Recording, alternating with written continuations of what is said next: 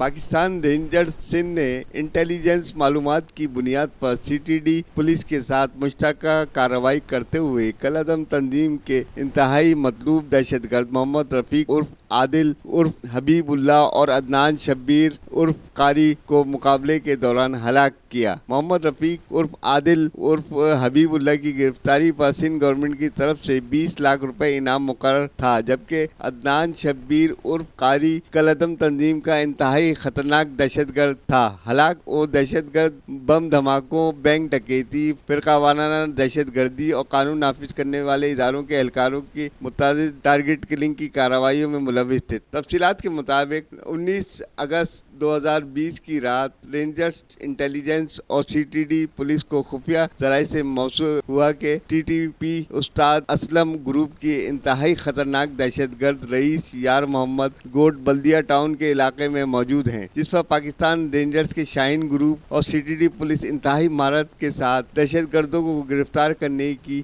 منصوبہ بندی کی اور 19 اگست 2020 کی درمیانی رات ضلع غربی کے علاقے رئیس یار محمد گوٹ بلدیہ ٹاؤن میں دہشت گردوں کی گرفتاری کے لیے محاصرہ کیا۔ جیسے ہی دہشت گردوں کو فورسز کی پیش قدمی کا علم ہوا، انہوں نے فورسز کے اوپر اندھا دھند فائرنگ شروع کر دی۔ دہشت گردوں کو میگا فون کے ذریعے بار بار ہتھیار پھینکنے اور گرفتاری دینے کے لیے کہا گیا، لیکن انہوں نے اپنی فائرنگ جاری رکھی۔ جوابی فائرنگ کے نتیجے میں دہشت گرد محمد عرف عادل، عارف حبیب اللہ اور عدنان شبیر عرف قاری ہلاک ہو گئے۔ دہشت گردوں سے 2 عدد SMG، 2 عدد 9mm پسٹل، ایمونیشن اور بارودی مواد بھی برآمد کیا گیا۔ دونوں ملزمان حال ہی میں افغانستان سے کراچی آئے تھے اور کراچی میں بڑی دہشت گردی کی منصوبہ بندی کر رہے تھے۔